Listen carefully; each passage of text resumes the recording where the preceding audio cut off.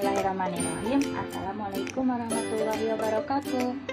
Kami dari kelompok 3 ingin mempresentasikan presentasi psikologi pendidikan yang bertemakan konsep belajar dan pembelajaran dosen pengampu Ibu Wiworo Retnadi Riashayu MPD.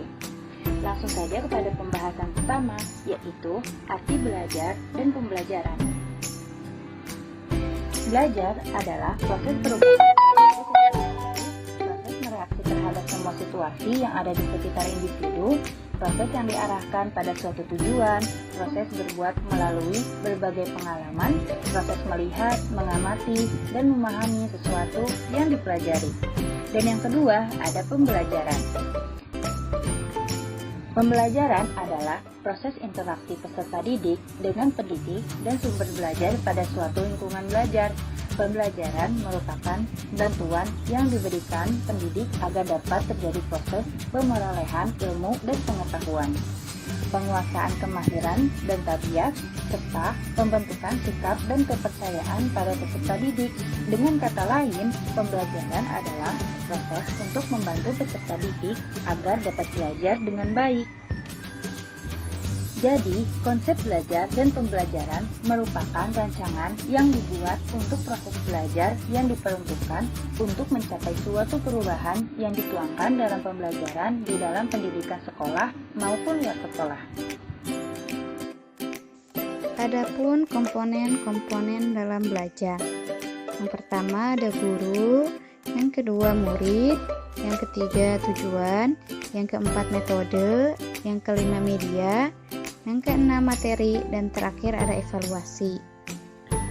Guru adalah seseorang yang bertindak sebagai pengelola, katalisator, dan peran lainnya yang memungkinkan berlangsungnya kegiatan belajar mengajar yang efektif. Yang kedua ada murid. Murid adalah seseorang yang bertindak sebagai pencari, penerima, dan penyimpan isi pelajaran yang dibutuhkan untuk mencapai tujuan.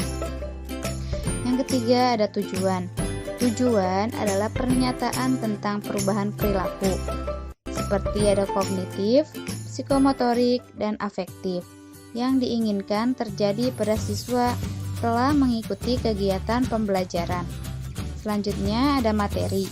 Adalah segala informasi berupa fakta, prinsip, dan konsep yang diperlukan untuk mencapai tujuan.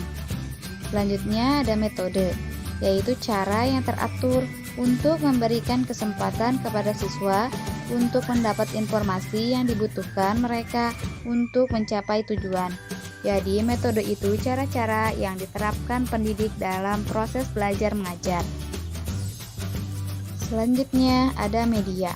Media adalah bahan pengajaran dengan atau tanpa peralatan yang digunakan untuk menyajikan informasi kepada siswa.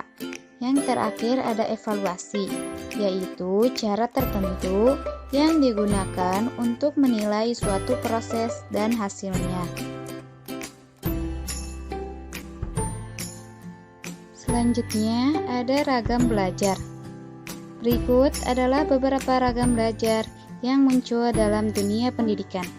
Ada ragam abstrak, ragam sosial, ragam pemecahan, ragam rasional, dan ragam keterampilan.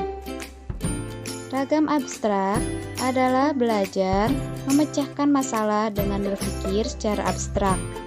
Misalnya adalah belajar matematika, kimia, kosmografi, astronomi, dan juga materi agama seperti tauhid. Selanjutnya ada ragam sosial, yaitu belajar memahami masalah sosial seperti masalah keluarga, persahabatan, kelompok, dan masalah kemasyarakatan. Lalu ada ragam pemecahan, yaitu belajar dengan metode ilmiah, berpikir sistematis, logis, teratur, dan teliti untuk memecahkan masalah secara rasional dan tuntas. Selanjutnya ada ragam rasional, yaitu belajar dengan berpikir secara logis dan rasional, di mana belajar ini sangat erat kaitannya dengan belajar pemecahan masalah. Yang terakhir ada ragam keterampilan, yaitu belajar dengan gerakan motorik yang berhubungan dengan urat syaraf dan otot, misalnya belajar olahraga, musik, menari, melukis, dan sebagian studi agama seperti sholat dan mengaji. Dan ada satu lagi dari ragam tersebut, yaitu ragam kebiasaan, adalah pembentukan kebiasaan baru atau memperbaiki kebiasaan lama agar peserta didik mendapatkan sikap yang lebih baik dan positif. Seperti contohnya dari pendidik itu sendiri harus berkarakter sehingga dapat dicontoh oleh peserta didik. Contoh-contoh metode pembelajaran yang diterapkan pendidik dalam proses belajar dan mengajar. Ada metode ceramah, metode diskusi, dan metode global. Itulah contohnya. Metode ceramah atau biasa disebut dengan metode konvensional, yaitu metode yang digunakan pendidik dengan penyampaian materi seluruhnya sampai waktu belajar selesai. Jadi, yang dilakukan pendidik dengan metode ini adalah menyampaikan materi dari awal sampai akhir waktu pelajaran habis. Yang kedua, ada metode diskusi, yaitu suatu cara dalam belajar dengan pemecahan masalah dalam aktivitas belajar dan mengajarnya. Jadi, yang diterapkan oleh pendidik dalam proses belajar dan mengajar ini dengan menerapkan bagaimana caranya agar bisa menyelesaikan masalah atau memecahkan suatu masalah. Dan contoh yang terakhir, yaitu ada metode global, adalah cara belajar dengan penyampaian materi dan diakhiri dengan peserta didik menyampaikan hasil penjelasan pendidik berupa rangkuman. Jadi, metode global ini yaitu metode yang digunakan oleh pendidik dengan cara menyampaikan materi dan diakhiri dengan peserta didik menulis rangkuman yang dipahami dari guru yang menyampaikan materi. Sampai mana sih pemahaman kalian tentang apa yang guru jelaskan? Materi selanjutnya adalah gaya belajar. Perlu diketahui bahwa seseorang memiliki metode belajar yang berbeda-beda, yaitu yang pertama ada visual. Ciri belajar visual adalah 1. Belajar dengan cepat. Kemudian, yang kedua, menjawab pertanyaan dengan singkat. Yang ketiga, senang akan seni. Dan yang terakhir, mengantuk jika penjelasan panjang lebar. Kemudian, gaya belajar selanjutnya ada auditorial. Ciri belajar auditorial adalah yang pertama, berbicara dengan diri sendiri. Yang kedua, senang musik daripada seni. Yang ketiga, suka berdiskusi. Dan yang terakhir, berbicara dengan penjelasan panjang lebar.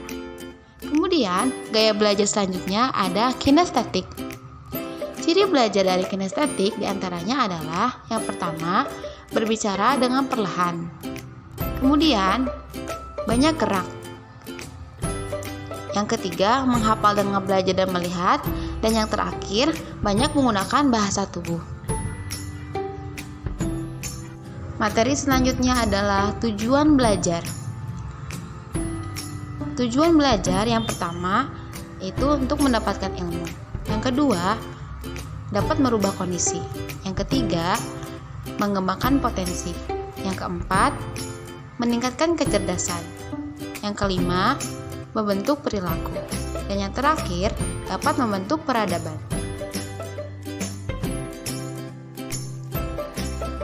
Belajar bisa juga disebut dengan sikap untuk menangkap isi dan pesan belajar menggunakan kemampuan-kemampuan, yakni 1. Kognitif. Kognitif adalah kemampuan yang berkaitan dengan pengetahuan, penalaran, dan pikiran dari pengetahuan, pemahaman, penerapan, analisis, dan evaluasi. 2. Efektif. Efektif adalah kemampuan yang berkaitan dengan perasaan, emosi, dan reaksi yang terdiri dari penerimaan, partisipasi, sikap organisasi, dan pembentukan pola hidup. 3. Psikomatik. Psikomatik adalah kemampuan keterampilan jasmani yang terdiri dari persepsi, kesiapan, gerak. Teori belajar secara psikologis dibedakan menjadi 3, yaitu 1. Teori disiplin mental. Teori disiplin mental adalah teori yang menganggap bahwa belajar akan mendisiplinkan atau melatih mental siswa. 2. Teori behaviorisme. Teori behaviorisme adalah teori yang mengutamakan bagian kecil yang bersifat mekanisme, menekan peran lingkungan, dan menentukan kepentingan latihan. Yang ketiga, teori kognitif. Teori kognitif adalah teori untuk meneliti menggunakan metode pengertian, bukan hafalan di sekolah.